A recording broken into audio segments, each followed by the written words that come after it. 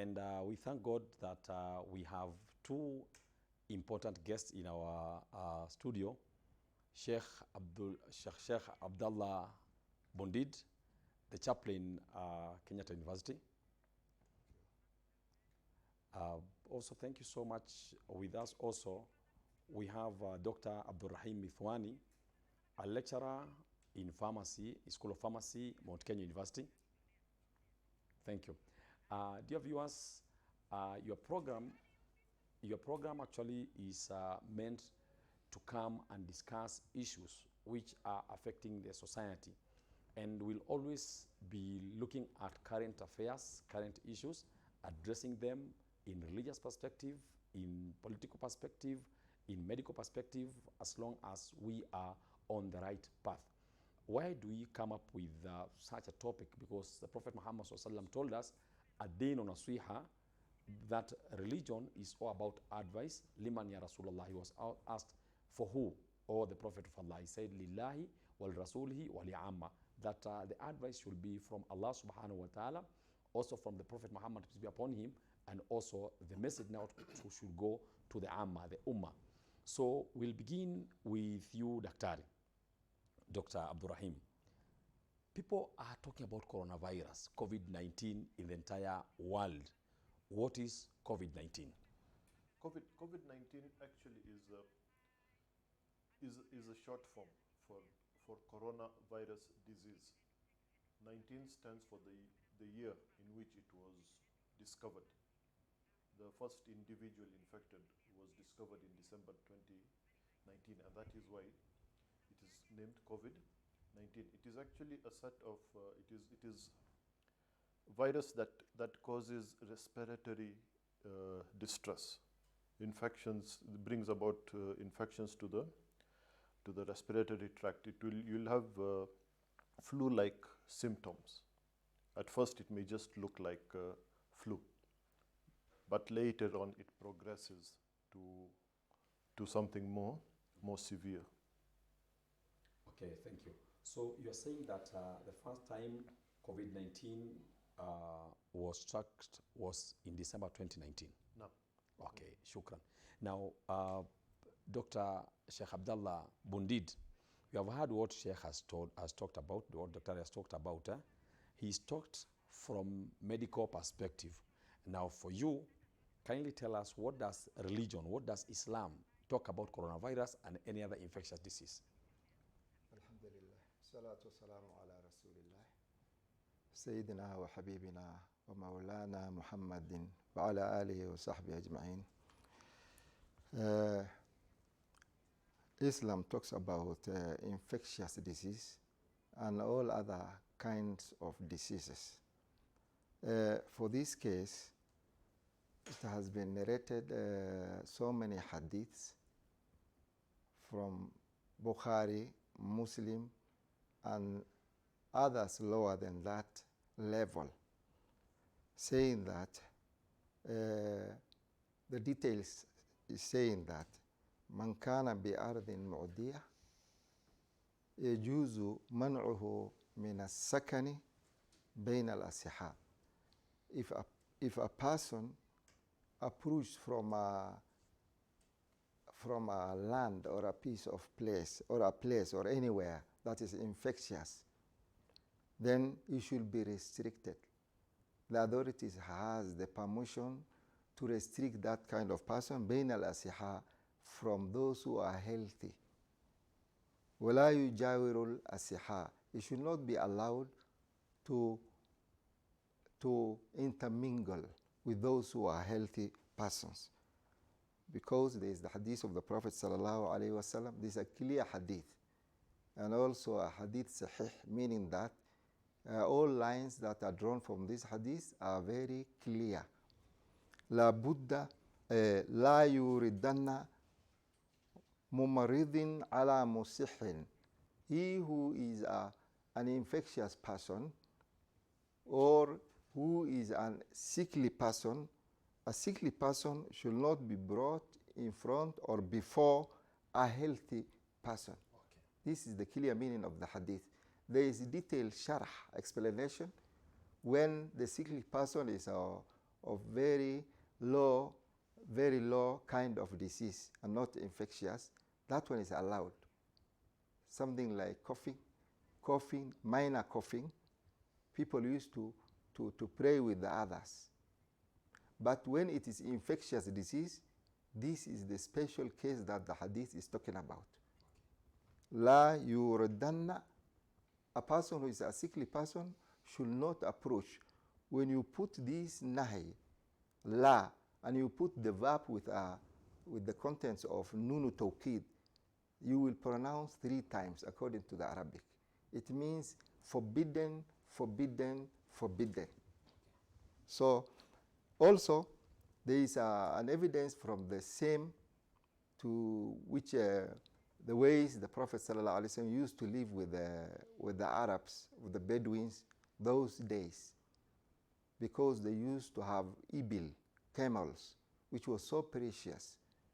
So naha sahibul ibil al-mirad an yuridha ala sahibul ibil as-sihah. The Prophet did forbid for a person who owns camels that have infectious disease, so that they may come and intermingle with healthy camels. He also restricted from this, because they used to count camel as the most precious thing on earth. And I still believe there, because the ayah is saying, أَفَلَا يَنْظُرُونَ إِلَى الْإِبِلِ كَيْفَ خُلِقَتْ وَإِلَى السَّمَاءِ كَيْفَ رُفِعَتْ. Now, there is also another dalil which the ulamas are saying that it may be contrary to the first dalil, the first evidence. But when you go deeply to the sharh, you will feel that it is mukammila. It is putting its high expansion to the other, not contrary. For example, la adwa wa la tirata. There is no contamination. Hadith saying there is no contamination. And also la tirata, there is no mistrusting. So you say la tirata, there is no mistrusting, somebody will go and intermingle with the other and say that, because the hadith is saying la tirata, then we should drink with the others, we should sit with the others. But this is not the case. The case is you should take the precautions. Okay. And also there was the best we can say about taking the precautions is when the Prophet ﷺ went for hijrah from Mecca to Medina. This is the year 622. And the terrain there is not clear. There is no roads, very rough. It was 420 kilometers. Now they are talking about 420 kilometers in a straight way. But you know, when you are traveling with camels, on top of camels you are riding, you are not going on top of the hills. You are going another side. So it may be even more than 420 kilometers. So the Prophet, when he came to Medina, people came all over the walk, taking the oath of allegiance. It's called Mubaya'a. Sheikh, thank you so much, actually. Thank you so much, because you have taken us from the time when Prophet Muhammad ﷺ left Mecca for Hijrah till he reached Medina. Thank you so much. Now, I know you want to bring the issue of what happened in Medina, but before we come to that, we'll be very happy if at least 2 of the hadiths which you have recited, you translate them in Swahili. Ninalomaanisha Sheikh, sababu watazamaji wetu wanatupata kila mahali, na napenda kuwakumbusha watazamaji wetu wapendwa, kwa kuwa tuko katika social media zetu zote, tuko katika Facebook, tuko katika all social media. Tafadhali tupate katika social media ambazo unaziona zinatembea chini katika runinga yako. Kwa hivyo ingekuwa ni vizuri la utaeleza Kiswahili hizo hadithi kwanza. Ni muhimu sana, alafu elezee, alafu turudi kwa daktari, kwa sababu daktari alitueleza kwa kuwa COVID-19, watu wengi hawajui kwa nini tu COVID-19. Hata mimi nimesoma leo hapa, maana ni kwa imepatikana 2019. Nimesoma kitu, kwa hivyo watu wengi wamesoma. Kwa hivyo sasa wewe eleza hizo hadithi ambazo kama unazungumzia kuhusu kujilinda. Ndio tukitoka hapo tuje kwa daktari sasa atuambie ni njia gani inaweza kuspread. Karibu. Vizuri. Dalili ni nyingi, lakini tutajaribu kufanya mulahasa ili watu wapate. Tumesikia nisba miawia wengi wanafahamu wanaelewa Kiswahili lugha ya taifa, lakini tutachanganya hapo na pale. Ikiwa tutalete nas text vile ilivyo, yani kulete text kama evidence, nitakana usome vile ilivyo halafu ufanye translation. Ya kwanza, kuna hadithi inasema la yuridanna, asije akatangamane mtu mumaridh, mtu ambaye ana maradhi, juu ya ala musihi, mtu ambaye ako na afya. Kwa hivyo kitu ambacho kwamba unasema na wasia wako mkubwa ni kwa kuwa mtu ambaye kwamba ajua ana dalili za maradhi ama ameambukizwa tayari, unavyoambia watazamaji ni kwa kuwa huyo mtu asije watu ambao kwamba wako sawa.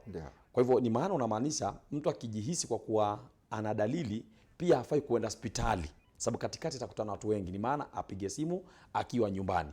Tutakuja kwa daktari, we'll come to you doctor, so that you explain the symptoms, but we are not there now. So tupatie hadithi ya pili. Tukitoka kwenye hadithi ya pili tutakuja kwako daktari, how does it spread when we finish with the doctor. Kuna hadithi nyingine ambaye inatia nguvu, hiyo ya kwanza, ingawaji kuna watu wanafahamu vibaya, yani ile translation na masharh ya hadithi. Hadithi yenyewe inasema la adwa wala tirata, hakuna kuambukizana, wala tirata, hakuna kuto radhiana ama kuto trust.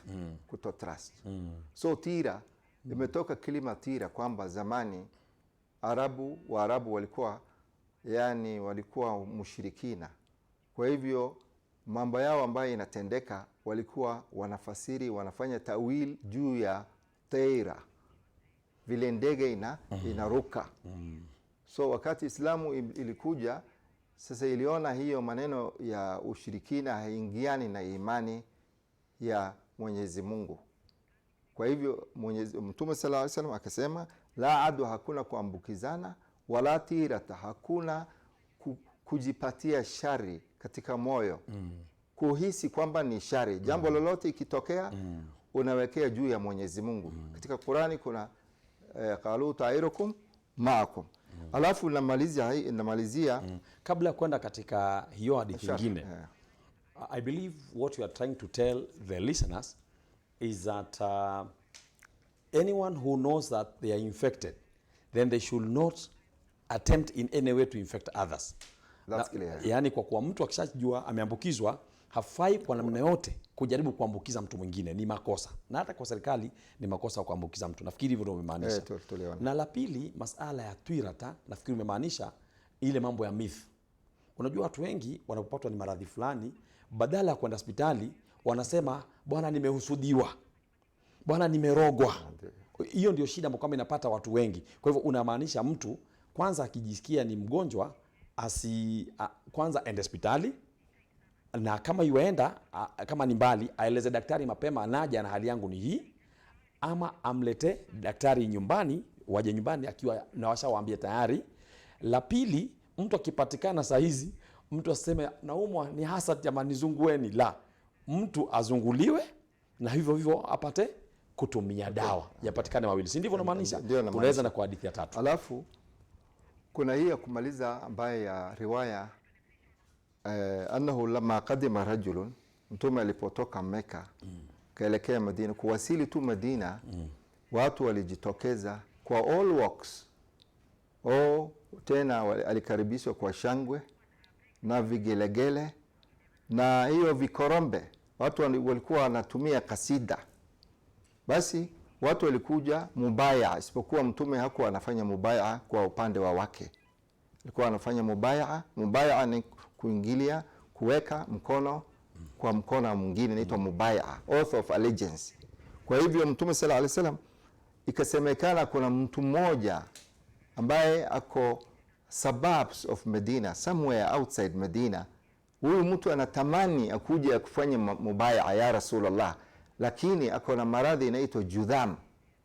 judham ni leprosy.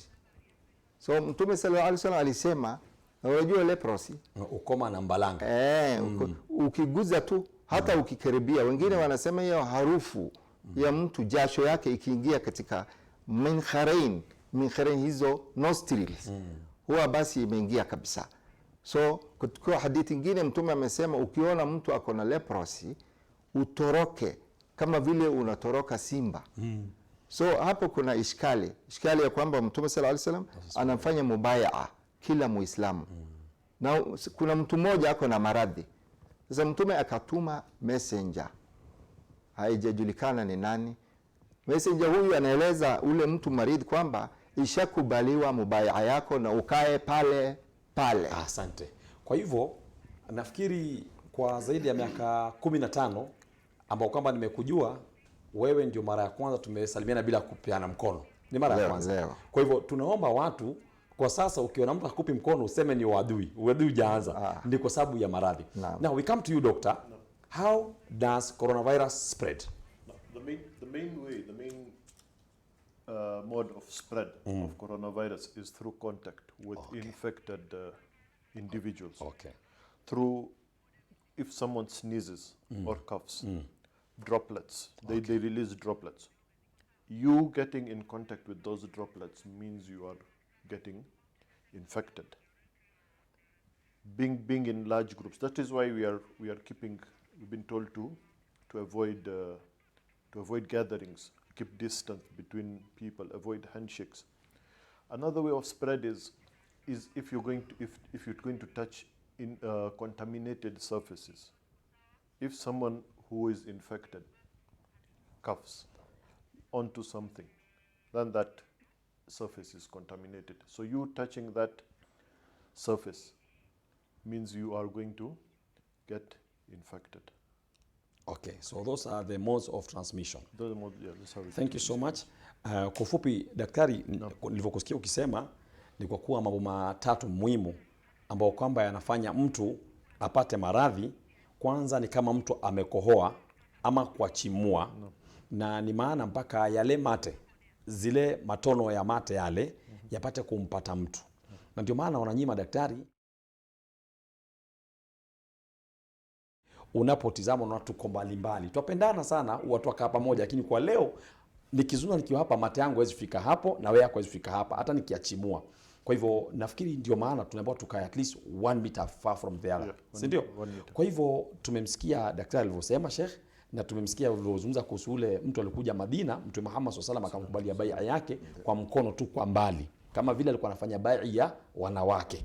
Bai'a ya wanawake Mtume Muhammad SAW alikuwa anasema inni la usafihu nisa, apatii wanawake ambao kwamba si maharimu wake mkono. Kwa hivyo kama hivyo alivyofanya, alimfanyia yule mwanamume pia na akamuomba radhi kwa sababu kuishi. Kwa hivyo tumesikia namna inavyopata infection. Amezungumza, you have talked from how it spreads in medical perspective. Now, what does Islam teach about infectious diseases? Amezungumza masala ya mambo ya inavyoambukiza shekhe, na umemsikia zaidi. Sasa mimi narudi kwake kwanza, alafu tarudi kwako. How can we protect ourselves in a medical perspective? But to protect ourselves, one, we need to avoid social gatherings. To try and keep away from infected individuals. Try and, as much as possible, do not go out, because one thing about this virus is you can be infected, but you will not be showing signs right now. Symptoms. Yeah, signs and symptoms will not be there. They will come maybe after 5 days. Is that what you call incubation period? Okay. On average, about 5 days, but it can go up to 14 days. Okay. So we are being advised, it's advisable not to attend, not to be in social gatherings, not to be in large groups.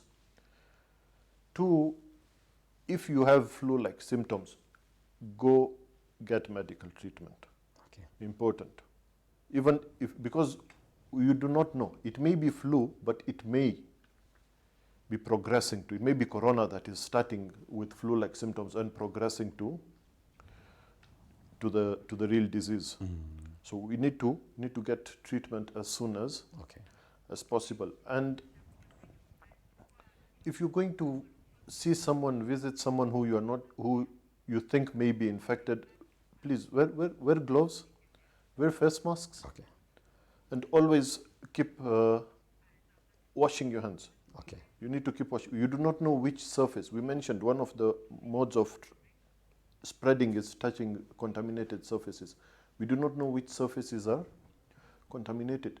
So regular washing of hands, if possible, use of hand sanitizers to help kill the virus before it gets into your body.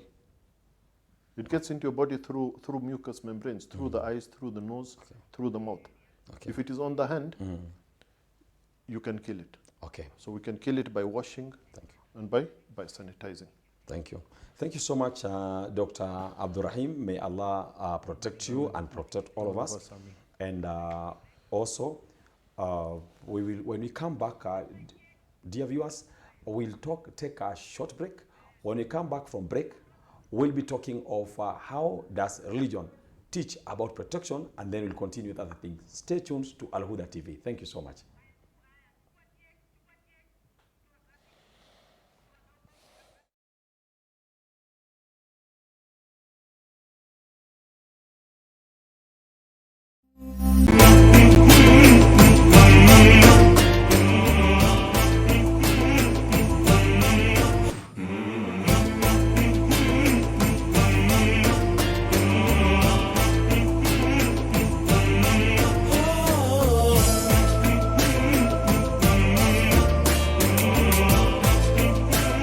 Usikose kuandamana nasi ili upate kujua tarehe yao. Wa hadha, assalamu alaikum wa la afwa minkum.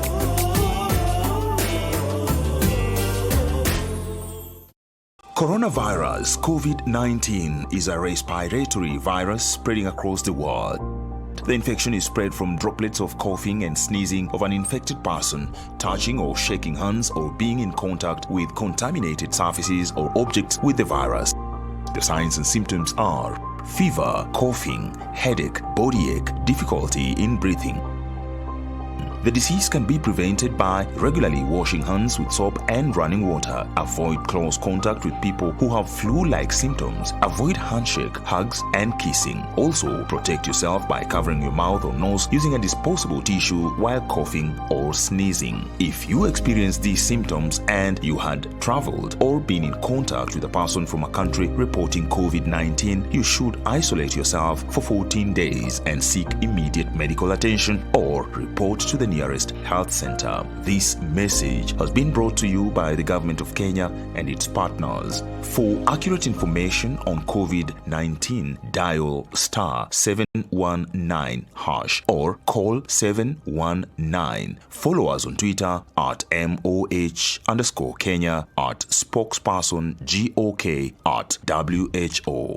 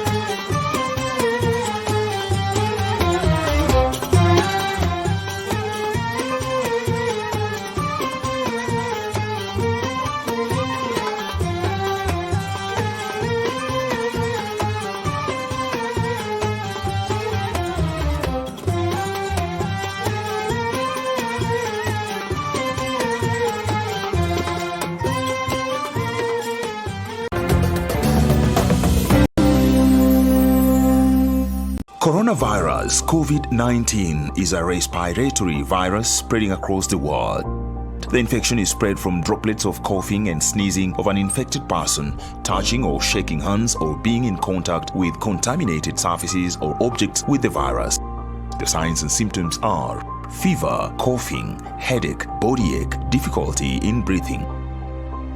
The disease can be prevented by regularly washing hands with soap and running water. Avoid close contact with people who have flu-like symptoms. Avoid handshake, hugs, and kissing. Also, protect yourself by covering your mouth or nose using a disposable tissue while coughing or sneezing. If you experience these symptoms and you had traveled or been in contact with a person from a country reporting COVID-19, you should isolate yourself for 14 days and seek immediate medical attention or report to the nearest health center. This message has been brought to you by the government of Kenya and its partners. For accurate information on COVID-19, dial *719# or call 719. Follow us on Twitter at MOH_Kenya, at spokesperson GOK, at WHO.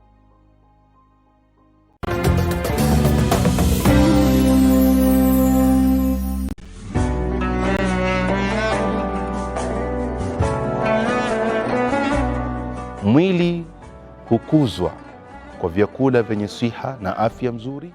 Akili hunolewa na ikakuzwa kwa usomaji na upekuzi, na pia mujalasatul akhyar ni kipindi ambacho kitashughulika na mada yetu ya tatu ambao ni ruhu.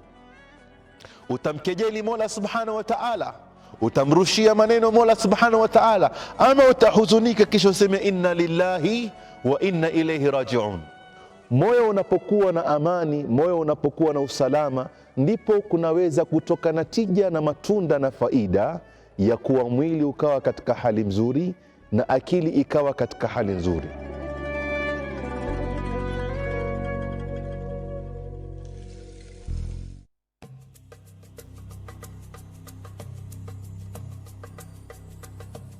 Silsila ya nyota za uongofu, na kuna haja umma kuelezwa mabingwa walomnusuru bwana mtume Muhammad sallallahu alayhi wa ala alihi wa sahbihi wasallam, si kwa sababu ya kutoa visa, la, ni kwa sababu ya ibra na idha, kwa sababu ya mazingatio.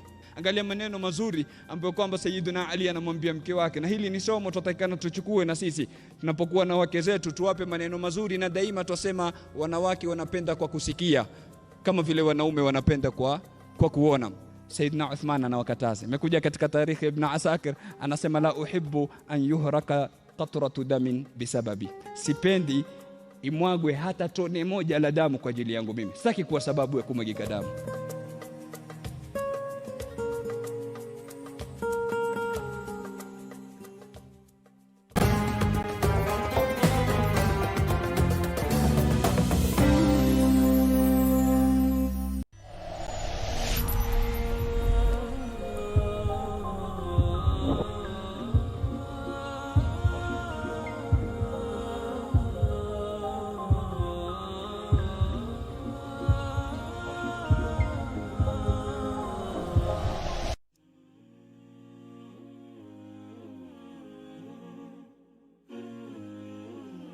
And one of the things about the ulama, they say that love, the mahabba for most human beings arises out of three things.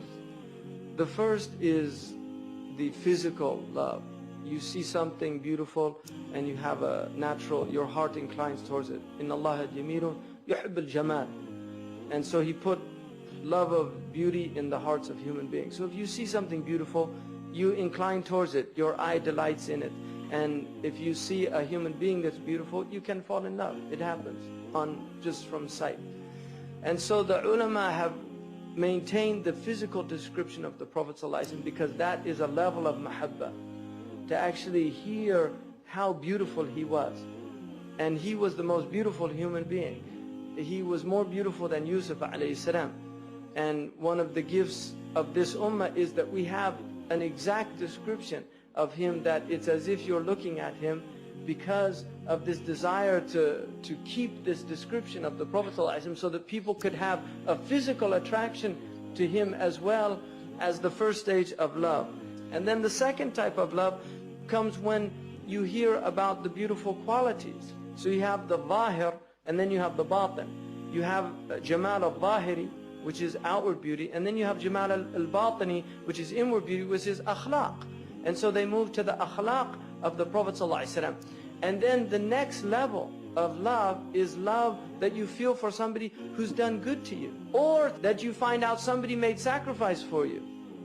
Because if people do good to you, جُبِلَتِ الْقُلُوبَ عَلَى حُبِّ مَنْ أَحْسَنَ إِلَيْهَا, that human hearts by nature love those who do good to them. So if somebody does good to you and then you don't have that love for them, it's because your heart is not in a natural state. It's in a diseased state. And so if you knew what the Prophet ﷺ did for you, you would fall in love with him. If you knew that and not just for you, for humanity, his concern wasn't just his Sahaba, his family. Most human beings, their concern is limited. Their concern might be their wife or their children, their husband, their family, their extended family. Some people, their concern is the community. They actually extend beyond, and they actually care about if there's poor people in the community, they want to find out and help them, because it's about heart. The bigger the heart, the more capacity for love. The smaller the heart, the less capacity for love.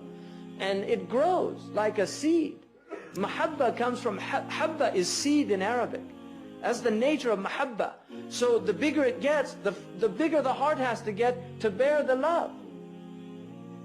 So those people have love for their community. And then there's people extend to the ummah. They extend to the ummah. Their concerns are the concerns of the ummah. They actually think about people in other places. Sayyidina Umar said his concern was animals. He said if an animal was being unjustly wronged in Iraq, I would feel concerned for it. That's his responsibility. Everybody under his demeanor. The Messenger of Allah sallallahu alaihi wasallam, he felt concerned for all of humanity, and that's why he went to non-Muslims. He wasn't doing da'wah to Muslims. This is wild. Everybody in here is Muslim. I'm talking to Muslims. He was concerned about the people outside who hadn't heard. And that's why he went, كَانَ يَتَعَرَّضُ نَفْسُهُ عَلَى الْقَبَائِلِ. He used to go and literally, in what most people would consider humiliation. He was a sharif. He was a sharif in his home before Islam. He was a sharif al-nasab. He was from the aristocratic clan of Quraysh. He was going to the Ghifaris, to the lowest tribes on the peninsula, and talking to them about Islam, humbling himself before them, bearing patiently. Once you realize he did that for human beings.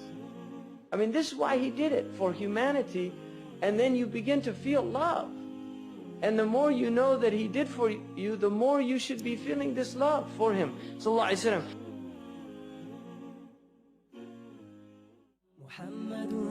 سيد الكونين والثقلين والفريقين من عرب ومن عجم محمد سيد الكونين والثقلين والفريقين من عرب ومن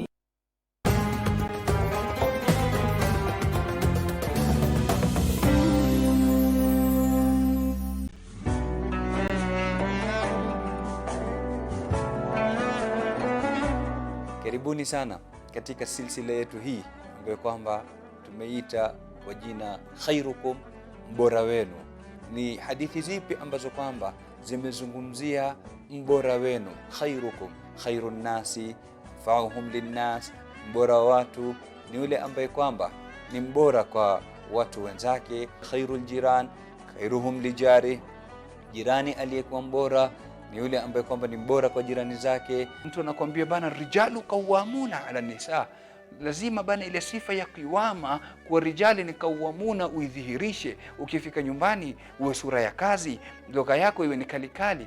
Nani amekwambia? Khairukum man ta'allama alqur'ana wa 'allamahu, bora wenu ni yule ambaye kwamba atajifunza Qur'ani, atajifundisha Qur'ani kisha akawafundisha na wengine. Alikuwa ni karimu Mtume sallallahu alaihi wasallam.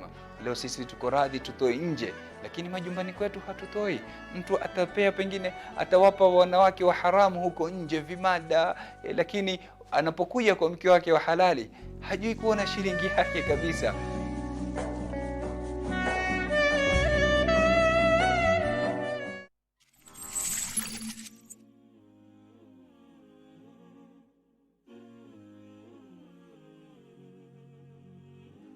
And then another important is adhering to the principles of forgiveness, that really forgiving and just letting it go. And one of the things that people in relationships will do is they'll hold on to these things, and it's just infantile behavior, and you have to see it for what it is.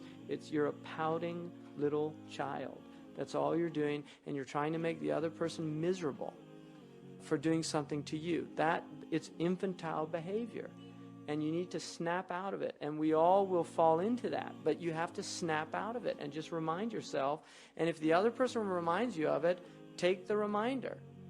Don't make your life miserable for yourself and for others, because that's all it is. And it doesn't, in the end of the day, it doesn't matter. So if something happens that upsets you, just let it go. And it will happen. It'll happen many, many times throughout your life. But just let it go. Don't hold on to it. The danger is not that it happens. That's going to happen. It's a given. The danger is that you never learn to overcome the desire to hold on to it. And it becomes also, people derive perverse pleasure in that. So that happens. You get a pleasure in making somebody feel miserable. And one of the things about, they've done studies on cheerfulness and things, and cheerfulness and good nature is very contagious.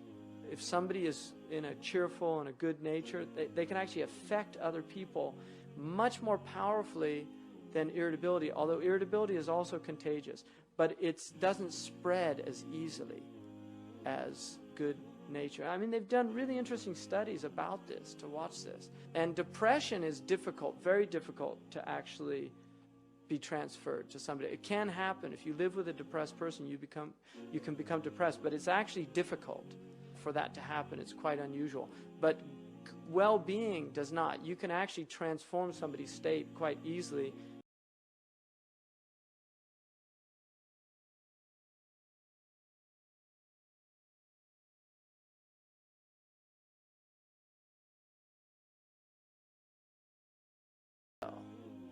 They can't hold on to it. So it's interesting just breaking that infantile desire. And I think the Prophet ﷺ was an absolute master. Like everything he did, he was a master at that, of breaking that state that people got into. And it doesn't mean that he didn't have periods. There were difficult periods, but generally that was what he did. Now, it's important to keep in mind that marital life, due to the constant interaction and to psycho-emotional states that people go through. We go through different psycho-emotional states throughout the day or the week or the month. And that there's situations where discontent, displeasure occur, and you can do these things. These are normal occurrences. And even the Prophet ﷺ, Aisha radiallahu anhu, the Prophet ﷺ said to Aisha, I know when you're upset with me. And she said, how do you know that?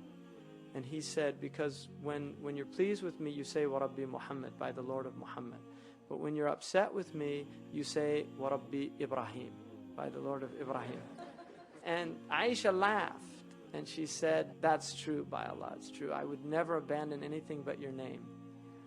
I mean, that's an example. And then also this idea that the Prophet ﷺ said, a mu'min should never dislike a believer. If he dislikes one quality, he should focus on the qualities he likes.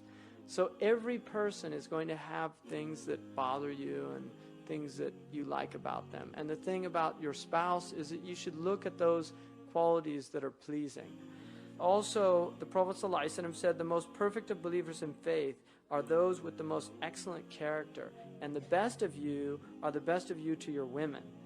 And there's a beautiful poem by Jalaluddin al-Rumi, where he said, the Prophet ﷺ said that women totally dominate men of intellect and possessors of hearts. But ignorant men dominate women, for they are shackled by an animal ferocity. They have no kindness, gentleness, or love, since animality dominates their nature. Love and kindness are human attributes. Anger and sensuality belong to the animals.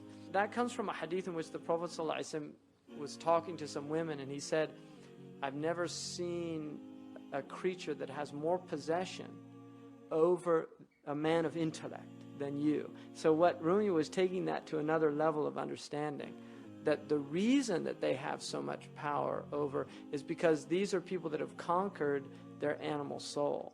And so they're not people that are going to dominate women. They're not people that are going to oppress. They're actually people that, because of the love and kindness that has overcome their souls, they actually allow the women their shortcomings without demanding change. And that's what Ibn Abbas radiallahu anhu said about the verse in the Quran, وَلِلْرِجَالِ عَلَيْهِنَّ دَرَجَةً, that men have 1 degree over women. That's what he said it was. He said it was relinquishing the right of a man for the woman. تَنَازُرَ عَنَ الْحَقِّ. Whereas he would not relinquish her rights. In other words, he would fulfill all of her rights, but he would not demand of her all of his rights. That is the degree that men have over women. And that's Ibn Abbas radiallahu anhu, who's the translator of the Quran. And one of the things also is just going the path of least resistance. Water puts out fire. Fire increases fire. If you look at the Prophet ﷺ, that was his strategy with people. Umar radiallahu anhu said, I once roared at my wife, and she answered back. I rebuked her for bandying words with me. She then said, why should you rebuke me for answering you back? By Allah, the wives of the Prophet dispute with him and even ignore him for a night and a day. So, she was saying, who do you think you are? Basically, that's what it is. He's saying, who do you think you are?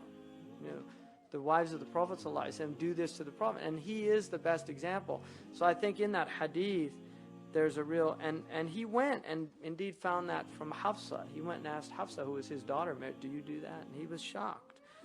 But it changed his attitude, and we have when he was Khalifa, the man who came to his house, knocked on the door, and then he heard Omar's wife yelling at him, and he left. And Omar came out and said to him, what happened? He said, nothing. He said, no, you came, knocked on my door, what'd you want? He said, I didn't want anything. And he said, by Allah, tell me what you want. He said, well, I was going to come complain about my wife. but when I heard your wife, I said there was no point in complaining to you. And Umar radiallahu anhu, he said, this is my wife, the mother of my children. She maintains my house, cooks my food. Shouldn't I have patience with her if she gets upset with me? So there's the man who, roared. That's the change that occurred in him. And that's the point. People can change. Coronavirus COVID-19 is a respiratory virus spreading across the world. The infection is spread from droplets of coughing and sneezing of an infected person, touching or shaking hands, or being in contact with contaminated surfaces or objects with the virus. The signs and symptoms are fever, coughing, headache, body ache, difficulty in breathing. The disease can be prevented by regularly washing hands with soap and running water. Avoid close contact with people who have flu-like symptoms. Avoid handshake, hugs, and kissing. Also, protect yourself by covering your mouth or nose using a disposable tissue while coughing or sneezing. If you experience these symptoms and you had traveled or been in contact with a person from a country reporting COVID-19, you should isolate yourself for 14 days and seek immediate medical attention or report to the nearest health center. This message has been brought to you by the government of Kenya and its partners. For accurate information on COVID-19, dial *719# or call 719. Follow us on Twitter at @MOH_Kenya, at spokesperson GOK, at WHO.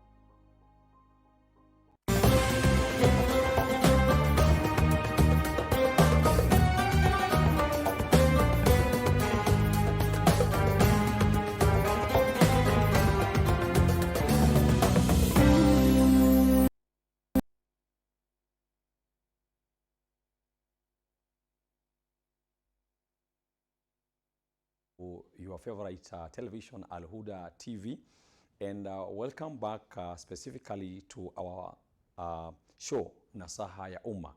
Karibu sana mtazamaji kwa kipindi chako ambacho kwamba tulikuwa nawe kabla ya muda mfupi, na usisahau pamoja nawe ni ndugu yako Al-Faqir Dr. Hassan Kenyo Omari, na vile vile usisahau niko na ndugu yangu Dr. Sheikh Abdullah Bondid ambaye kwamba ni mhadhiri katika chuo kikuu cha Kenyatta, na vile vile ni chaplain wa chuo kikuu cha Kenyatta, na vile vile kuna Dr. Abdurrahim Kamal Mifwani ambaye ni mhadhiri katika chuo kikuu cha Mlima Kenya. Mtazamaji, kabla ya kwenda katika break kidogo, Daktari Kamal alitueleza the reasons of protection. Kwa hivyo alikuwa anazungumza mambo muhimu, avoid gathering. Maana jaribu kujiepusha na kukusanyika na watu. La pili, ikiwa umekuwa umejishuku, unaenda una test. Na ndio maana serikali tunashukuru, wanasema wataanza kutest watu random mitaani. Watu wengi wameanza kutoroka sasa, hawataki kutestiwa. La tatu ni masala umesema daktari, kwa kuwa mtu anafaa kuavoid contact. Hii saa zote contact. La nne, mtu anafaa kutumia sanitizer. Na ajitahadhari, ajaribu sana kutogusaguza zile services. Hiyo ilikuwa ni pande ya medical, pande ya utabibu. Sasa we are coming to you, Dr. Sheikh Abdullah Bondid. What we want to hear from you, he talked about medical perspective on how to protect yourself. What does Islam say? What does religion say about protection? Alhamdulillah, salatu wa salam ala rasulillah, Sayyidina wa nabiyina maulana Muhammadin wa ala alihi wa sahbihi ajma'in. In the Islamic perspective, the side of the protection, we can talk about 3 angles. Namely, the first one is cleanliness and washing self-body thoroughly. This one can come by reinforcing your wudu each and every salah, as described by some of the Muslim scholars recently. They were talking about the wudu should be compulsory each and every salah. Initially, we have the objections of the wudu, mainly when somebody, you see, farts, when somebody goes for either ways, al-bawl wal-ghait, and if perhaps he touches his private parts, these are all the objections of the wudu. Maybe some of the school of thoughts, like the Shafi'i, now the majority in East Coast of Africa, they will go for the touching of the opposite sex, which is contrary to some of the thoughts like a Hanafi.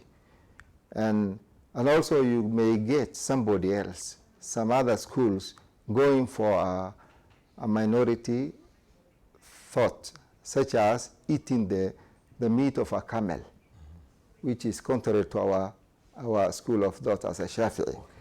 Now, all of these are the objections of the wudu, mubtilatul wudu. So they nullify the wudu. Okay. So whenever you touch your private parts, Islamically, you are supposed to go and wash yourself thoroughly before you stand in front of God. And also, when you go for the either ways, you should pour a lot of water and clean yourself. And also there is adab, you will do that one with your left hand.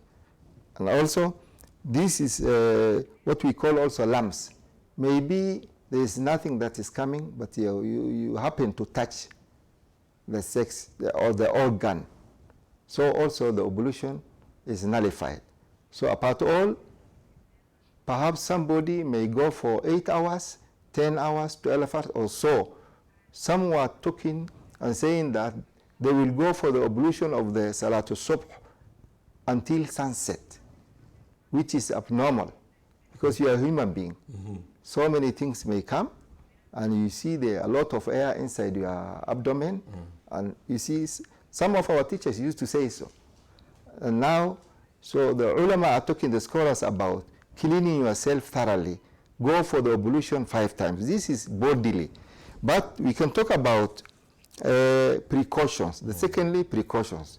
There is the hadith of the Prophet ﷺ saying, إِذَا سَمِعْتُمُ الطَّاعُونَ بِأَرْضٍ فَلَا تَقْدِمُوا عَلَيْهِ وَإِذَا وَقَعَ بِأَرْضٍ وَأَنْتُمْ بِهَا فَلَا تَخْرُجُوا مِنْهُ.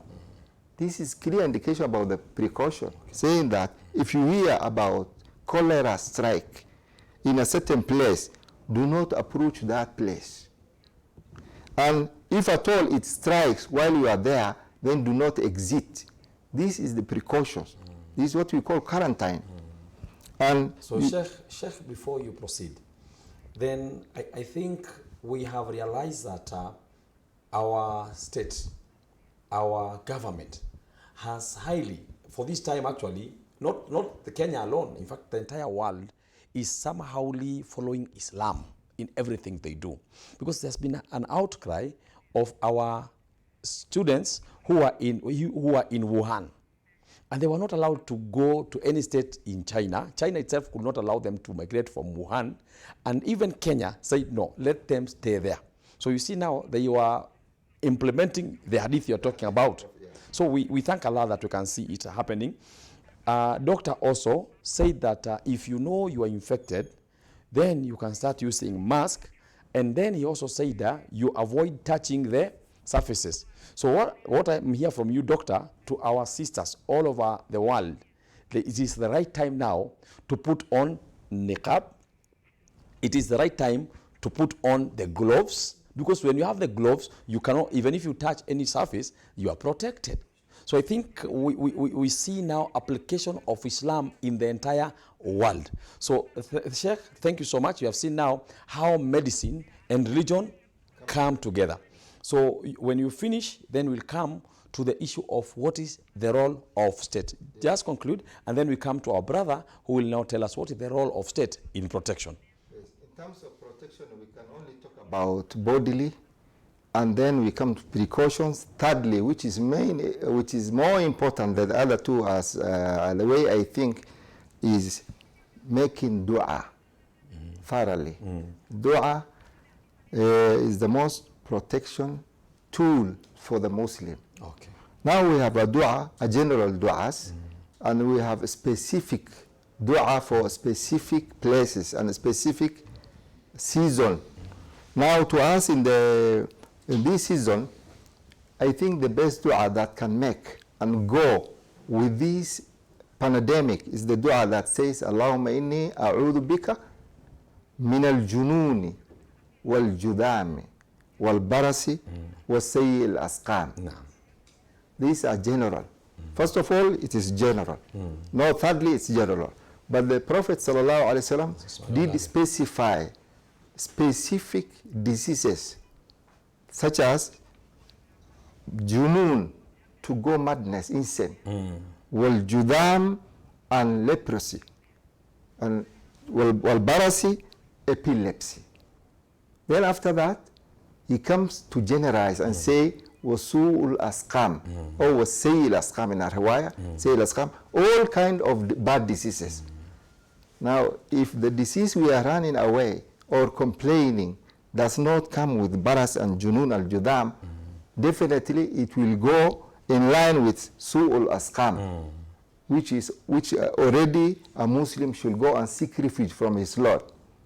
Oh Allah, I seek refuge from thee. Allahumma inni a'udhu bika min al-jununi, from insane. Or insanity. Insanity, madness, craziness, wal-judam, and from leprosy. Judam. And we are going to come, when we are going for details, how we are going to talk about firra min al-judam. No. And epilepsy, and all kind of bad diseases. Now, corona, everybody will agree with me, it's one of the bad diseases. So, a dua is tawqifi. You see, to go with the dua, the way it is pronounced is tawqifi. Yes, when you are talking to Allah, when you are devoting, Allah will see inside your heart. He doesn't look at the shape. He just sees what is inside your heart. He knows your needs, ihtiyajatuk. But the best thing is to call him according to what we got from the Prophet sallallahu alaihi wasallam. The way he pronounced, this is tawqifi. we are going to come to a group of people who were invaded by lions during the Tabi'in.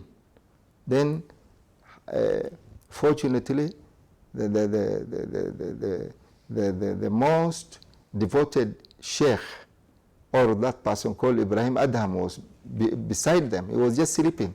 Then they were shivering, a lion, a lion, a lion. Then he came up, he woke up, he said, just say the way I'm going to say and pronounce. Then he pronounced the dua. The lion went away. Mm-hmm. You see, the dua is tawqifi, the way you get. We are going to talk, when you pronounce that you are a sickly person, you should put your hand at the site where the disease exists. Then you should say, Allahumma rabban nas, adhib al-bas, washfi, anta shaf, la shifa illa shifauka, shifaan la yuqadiru suqban. You cannot translate this one in English or any other vernacular language when you are doing the dua. That's true. Because this is tawqifi. We are told to do so by the Prophet. Sallallahu alayhi wa sallam. So thank you so much, Sheikh. You have talked about this hadith, and in fact what you are trying to say, the issue of tawqifi, it is just the issue of terminologies. Doctor, you understand that as we are speaking now, COVID-19 is a medical terminology. Now, when now people start off talking coronavirus, now you are trying to make it easy for people to understand. It is just like in law, where they use Latin words sometimes, the issue of bona fide, the issue of pro bono, those are terminologies in law. And that's why Sheikh is saying now, if you want to make this dua, it is good if you do the dua in Arabic language, it's good. But if you don't get it in Arabic, then use your own language. But we'll come to that later, Sheikh. Now, he talked about the role of state, religion in protection. Now, we want you to explain to us, what is the role of state? What should a state do when such a thing happens? Well, for the state, the state is supposed to, one, enlighten the public. Okay. Let people know what is happening. Give them advice on prevention, on protection. They're supposed to also provide equipment for those who are infected, for treatment of those who are infected with the virus. Provide equipment, provide treatment, and to also provide equipment for protection of those who have not yet been infected. Thank you. Like what they're doing now, advising the people and quarantining some people. Thank you. Now we come to, you have talked about the role of the state in protection. What is the role of medical practitioners like yourself? Well, the role of medical practitioners basically will be the same as that of the state. Yes. Pass information to the public. Let people know the current status. Let them know any progresses that have been made in regard to finding treatments for this disease, and similarly providing services, equipments, and at reasonable prices. If they are selling, then they should not overcharge for face masks or gloves or sanitizers, this kind of things. Thank you so much, Doctor. Now we come to Sheikh. You have heard the role of the state, the role of medical practitioners. You Sheikhs, what is your role in this crisis? Alhamdulillah, our role is very clear. First of all, to sensitize the ummah. Whenever there is a problem, people should not put blankets on top of their body and say, I can't see the problem. So the problem does not see me. It can't go that way. Okay. First of all, you accept corona everywhere, then you say, corona is here with us, you accept. Secondly, you go for the precautions. And our role is to sensitize and also to encourage the people, return to their Lord. Be closer to the Lord all the time. We know that لن يصيبنا إلا ma kataballahu lana. We won't be affected except for what Allah has permitted. So with that trust and with that belief, so we put that hope to every person. قُلْ لَنْ يُصِيبُنَا إِلَّا مَا كَتَبَ اللَّهُ لَنَا. We were talking about going through the patients and, you see, giving them hope when this infectious disease is striking. Yes, I was hearing the other day a prominent person saying that we shouldn't turn away from the infectious people. We should go into the hospitals while we can see the infectious disease is striking. Our role as religious leaders, first of all, to sensitize, then to put our trust to the Lord. Then we teach the people all these kinds of disease are from with the permission of the Lord. It is only Him who can turn away. This is the only window that is remaining for us. Then perhaps we are not going to agree with some of the people if they say that the infectious disease is such a magnitude that if you go very close, then you are going to contaminate. And you know the teachings is saying, وَلَا تُلْقُوا بِأَيْدِيكُمْ إِلَى التَّهَلُّكَةِ. Do not put your life in danger. You see? So when you are talking, we may talk through the media houses. We may give them hope, but still we are told that you should quarantine yourself. You should have the precautions. You shouldn't ignore all the signs. So our role is like that. Perhaps some of the Muslim teachers, those who do not have the backings of the academic studies, may say that, oh, okay, I will go and put my hand to the person where the sight, he feels that he needs the spiritual cure, and then I'm going to read some Quran. Yes, you may read some Quran, but you are putting yourself into danger. So our role is about two ways. We should inform the people, we should sensitize, and also we should make them feel that it is only the Lord that can remove all these problems. This is our role. At the same time, we should take the precautions. It doesn't mean we cause the thing and then we put ourselves into danger. I was hearing about a doctor in China who first discovered the virus. And when he alarmed, then the authorities somewhere, they say you're alarmist. And then they put him under arrest. And after a while, you see, COVID was everywhere. And the man now died. Now they are celebrating. They say, oh, the man who died, he gave us the warning. He had, you see, he was academician like that. Already he has died. Okay. So this is our role. But we can say 90% our role is very risky. Okay. Because we have also seen some of religious leaders saying, don't fear Corona. Fear the one who created Corona. They are saying, some sheikhs. In fact, even as we speak now, there are some sheikhs which are saying, you know, we must shake hands because it is sunnah. We must go to mosque, it is okay. So I think religious leaders currently should be the best role models to assist people in fighting and also protecting themselves. Now, we come to both of you now. What is the role of everyone? We have talked about the issue of the state. We have talked about the role of the medical practitioners. We have talked about the role of the religion. What is the role of the individuals themselves? What is the individual of everyone? We begin with you, doctor.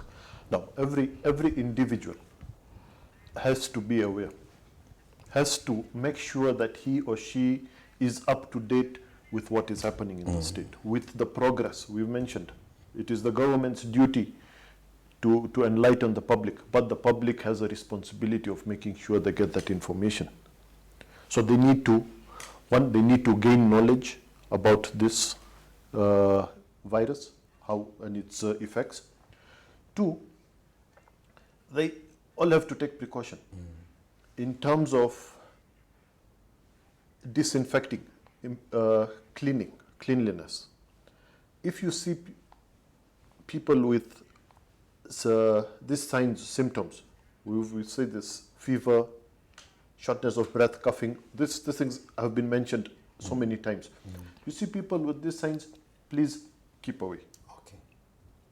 They will not feel bad. It is your duty to avoid spreading the infection. Even if it's your father or mother or your daughter. Even if it is. Keep away. Make sure they get medical treatment as soon as possible. Okay, thank you so much, Doctor. You have heard what Dr. has said. You know, he's telling us that even if it's your father, you have to keep off. Your mother, you keep off your own child. Does it mean that we are near the end, Qiyamah, where Quran tells us, يَوْمَ يَفِرُّ الْمَرْءُ مِنْ أَخِيهِ وَأُمِّهِ وَأَبِيهِ, to the end? Does it mean we are near the end of Qiyamah, where we should be running from people? Or what should we do in religion? As individual people, what should they do now in religious perspective? Thank you. According to Islamic teachings, there are so many signs before the Qiyamah. Before the Qiyamah approach, there are so many signs. Some are named as juniors, and some are senior signs. So among those senior signs, I think we have not reached that place. Okay. So what you're saying is that we have just seen minor signs of Qiyamah. We have not seen the major signs. Yes. But many things are happening in the world. I can understand, but you see, every day you can see a new sign. Okay. And you say that these are not what we are used to be in our lives. Now, when you are told to quarantine yourself, there's also an excuse from religious perspective. It was in the year 640 AD, that is equivalent to the 18th year of the Hijrah. This is the reign of Umar ibn al-Khattab, the second Caliphate. He was in a battle with some people somewhere in Sham. When we say in Sham, the minimal place we can start is Jordan. So perhaps it was after Jordan. Then the commander was called Abu Ubaidah. When he saw Umar approaching, and he is the Khalifa, he was so afraid.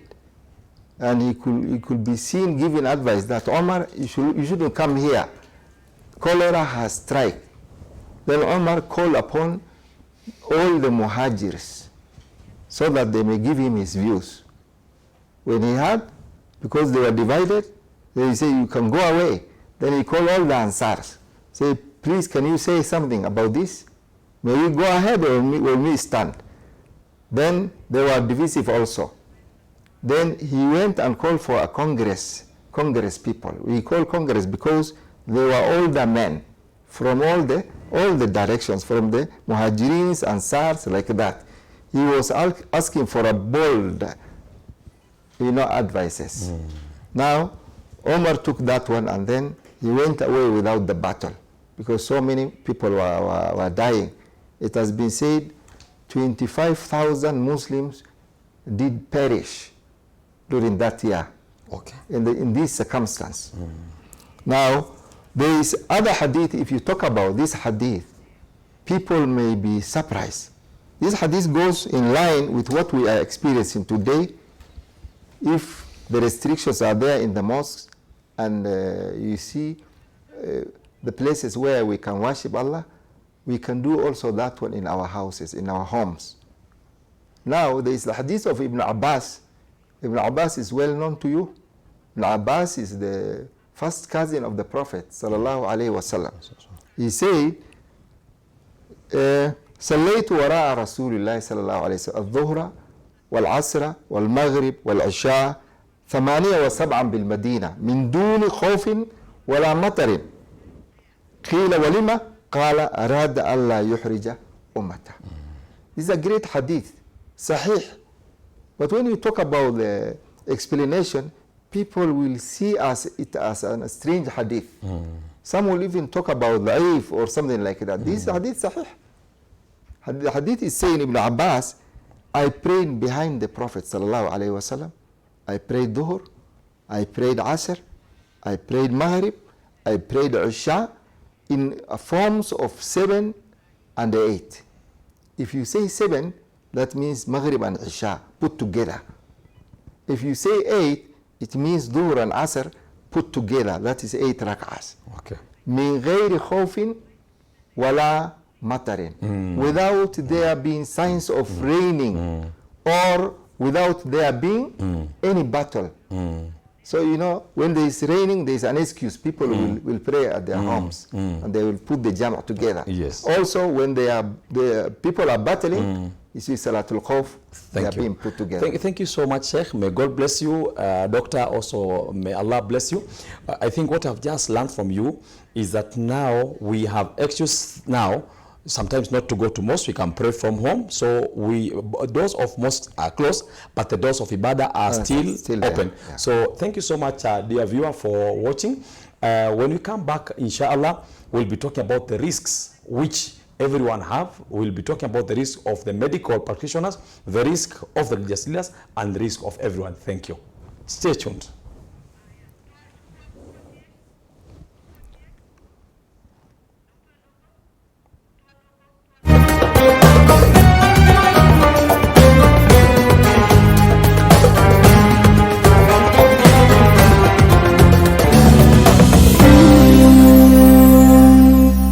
Inna tashabbuha bilkirami falahu, hakika kujifananisha na watu wema kama hawa, wewe utakuwa successful fi dunya wal akhirah. Ulipokuja Uislamu ukaondoa tabani, ambapo kwamba Waarabu walikuwa na tabia moja, ni kwamba mali ya baba na wale watoto kwenye damu watarithi pamoja na yule mtoto uliomuadopt. Walibarikiwa kwa sababu gani? Sunna hii walikuwa nayo. Ni miji mingapi ulimwenguni katika maisha 70 na 60 walikuwa wazazi wakilea watoto wasokuwa wao, kwa sababu waijua sunna hii ni ya Mtume. Mfano mkubwa tuliopata ni kwa baba yake Imam Abu Hanifa. Hebu tuangalie mfano mwingine wa pili ambao kwamba twatakiwa tuwakopi watu wema kama hawa.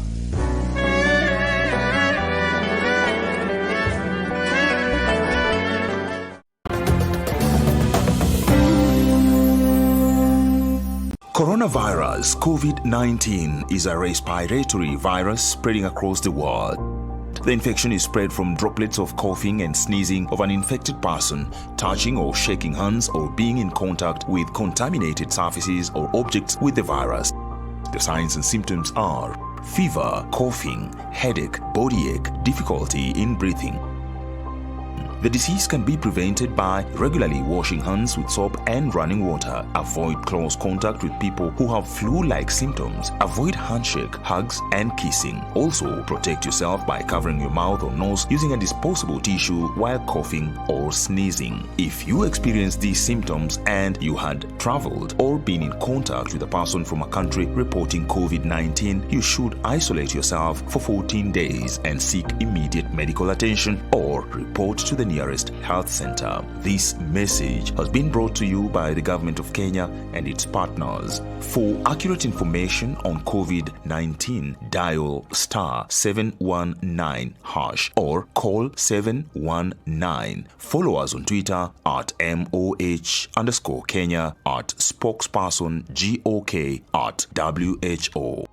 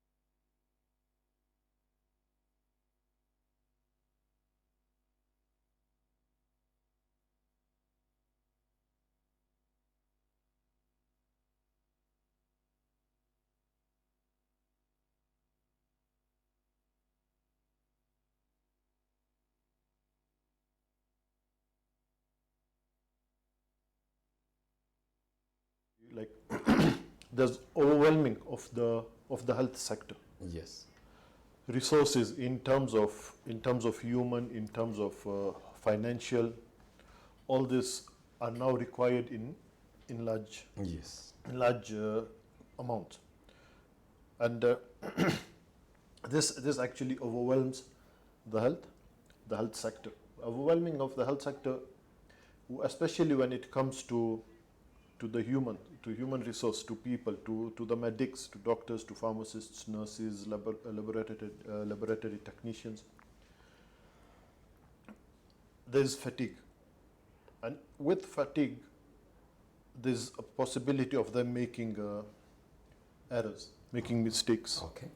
And in such, they may even infect themselves unknowingly. Okay, so what you're talking of is that we pray to Allah subhanahu wa ta'ala not to make the situation worsen, because if it worsens, then it can prove to be a challenge to medical practitioners, and they may get tired, fatigued, and in fact I've seen some of them saying that they need allowances, they need their status and situations to be made better. But we call upon all doctors to continue doing the best of what Allah subhanahu wa ta'ala commanded them to do. Well, you have listened to what he's saying. Let us come to sheikhs. We have many sheikhs who at this particular time they are waiting. You know, it's a time for them to make money doing ruqya, doing dua for people. What do you advise them? Thank you. Now, to a problem of some will see that as a blessing.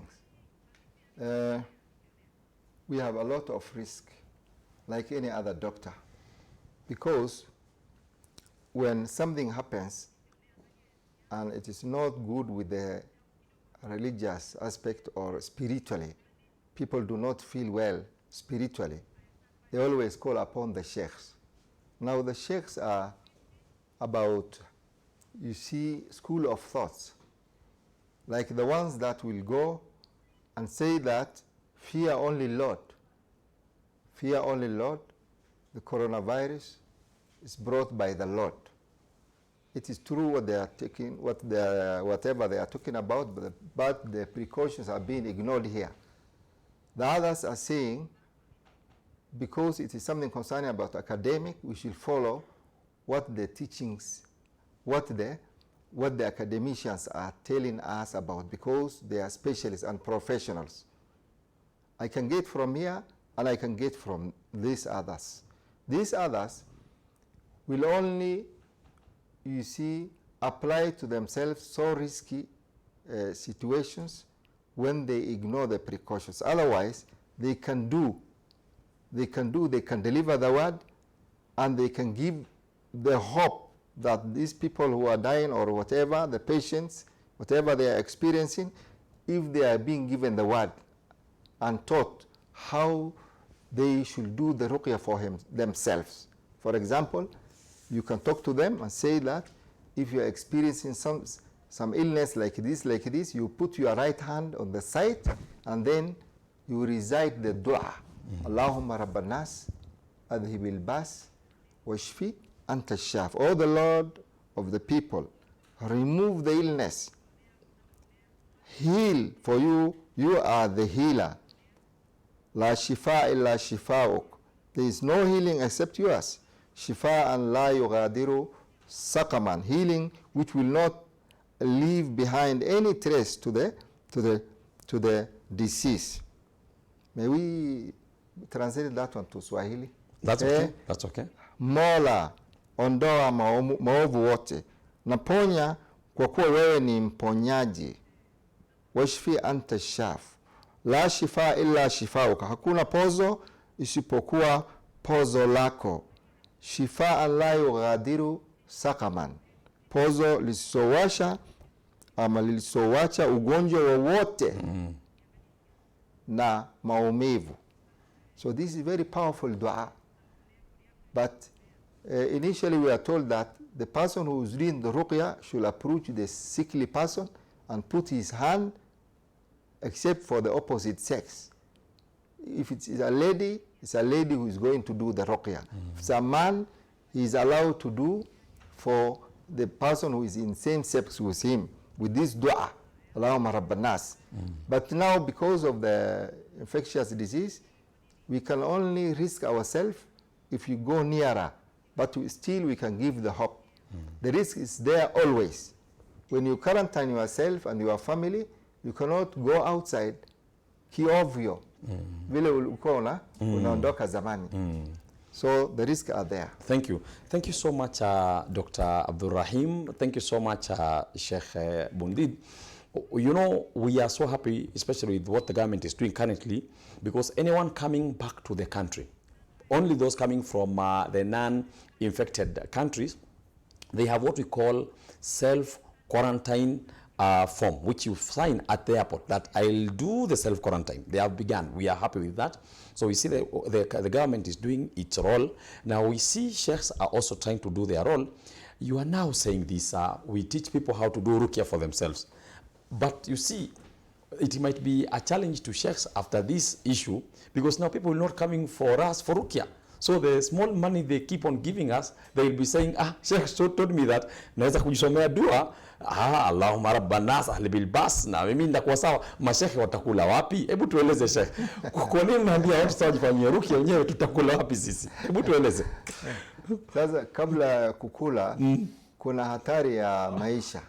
So dar'ul mafsada muqaddam ala jalbil manfa'a. Mashallah. Hii ni qaida yani Islamic principle ya usul fiqh. Inasema kwamba ikiwa kuna manufaa na wewe unaangalia hiyo manufaa, angalia kwamba kama kuna madhara. Kama kuna madhara yote, kwanza jiepushe na hiyo madhara. Darul mafsada muqaddam, ndio inakuwa mbele ya kujiletea manufaa.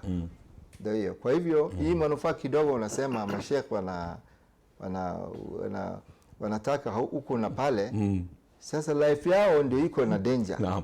Life tunasema life. Naam. Life ndio danger. Sasa hiyo kitu unaongea. Kwa hivyo wewe nafikiri unakuja katika ile hadithi ya Mtume Muhammad sallallahu alaihi wasallam anatuambia alwiqayatu khairu min alilaj, yani kujikinga. Inaweza kuwa ni hadithi ama ni msemo wa ulama.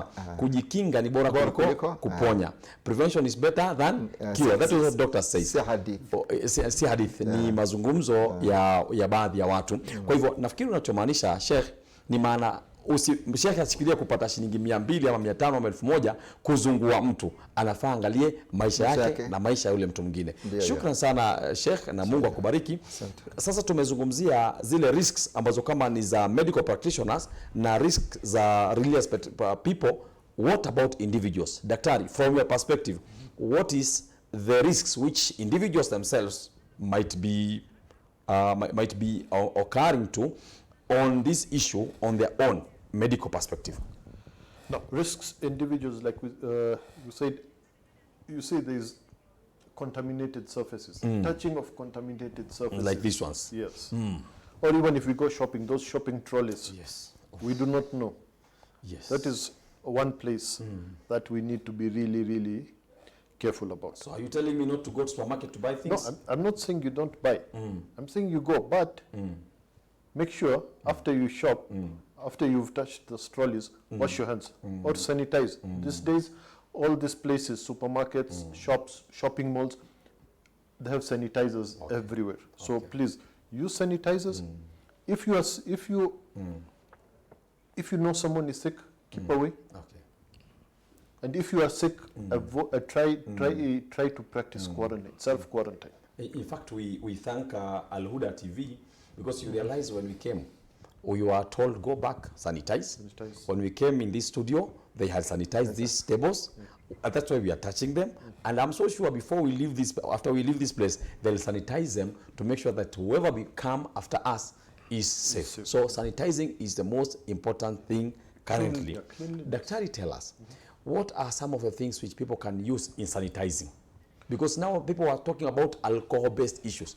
You'll speak about it, alcohol-based, which I'll thank God the Chief Qadi of Kenya, Sheikh Ahmed Muhdar, spoke about it. I'm happy, but you'll also talk about it here. What are some of the things which people can sanitize with? So you can use soap and water. Okay. Plain soap and water just to wash. Thank you. Clean. It helps. Thank you. You can use hand sanitizers that are available in supermarkets. Yes. If you do not get hand sanitizers, there is no need to panic. spirit, Okay. methylated spirit or surgical spirit, just to clean helps. I saw some people yesterday in this part of Kibera using lemon. They were using lemon, say lemon is good. Is lemon good for this?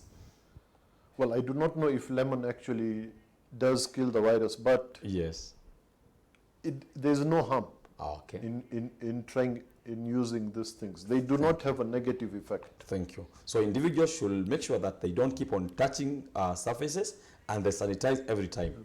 Sheikh, individuals, religious perspective, what are their risks? I think there is no difference between other angle and Islamic perspective.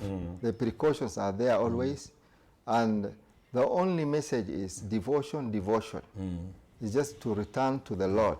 And I'm happy that His Excellency the President did specify a special day for devotion and prayers. Which is tomorrow.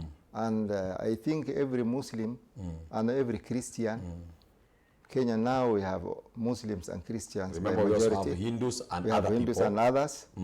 I don't think there is atheists nowadays. Yes, of course. So it is going in line with all religions, all kind of religions.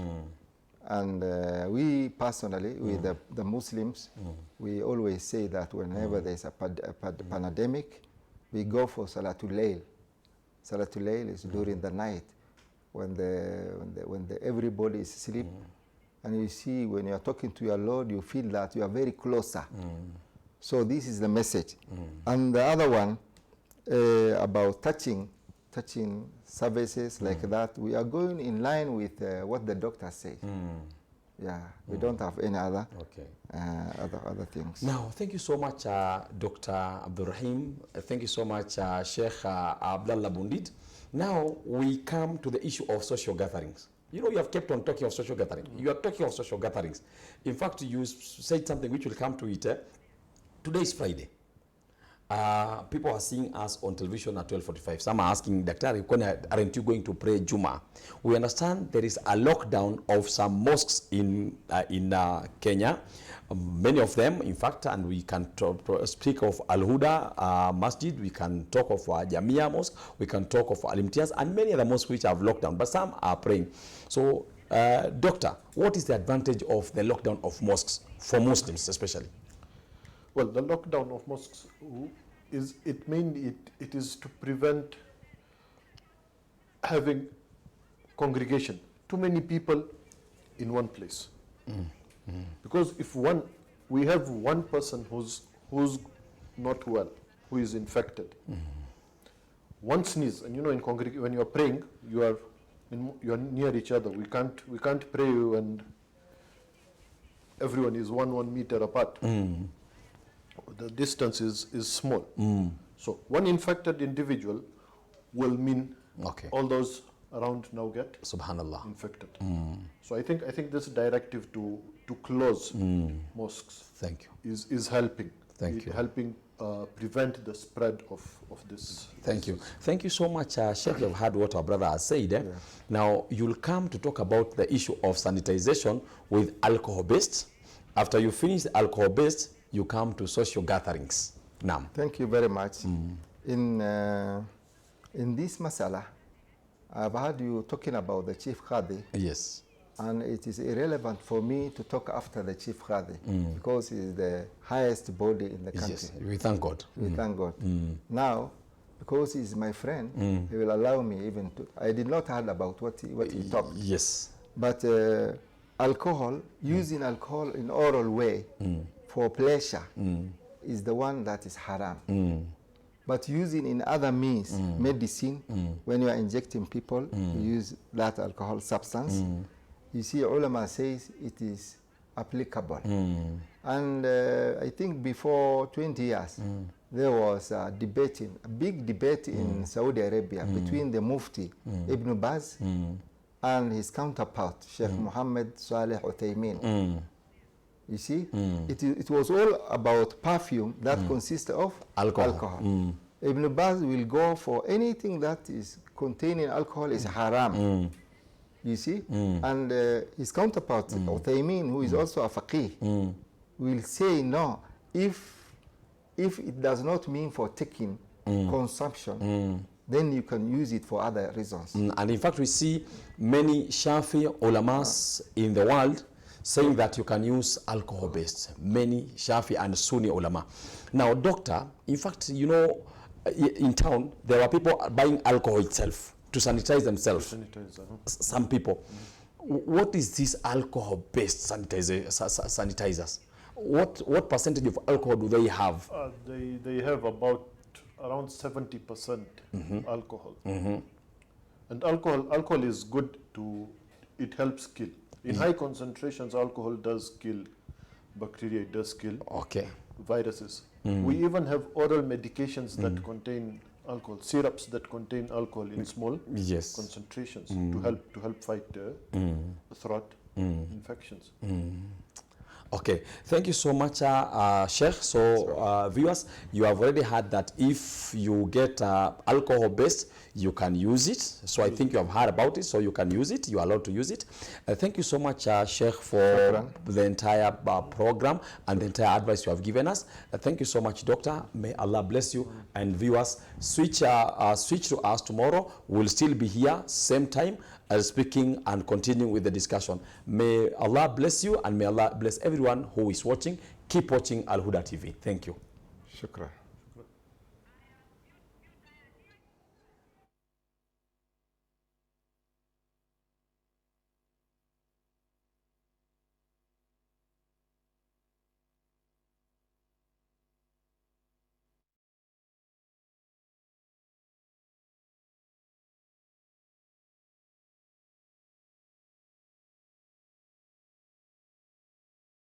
तमन्ना मुद्दतों से है जमाले मुस्तफ़ा देखो, तमन्ना मुद्दतों से है जमाले मुस्तफ़ा देखो, इमामुल अंबिया देखो, हबीबे किबरिया देखो, वो जिनके दम कदम से सुबह नबी रोशनी पाई।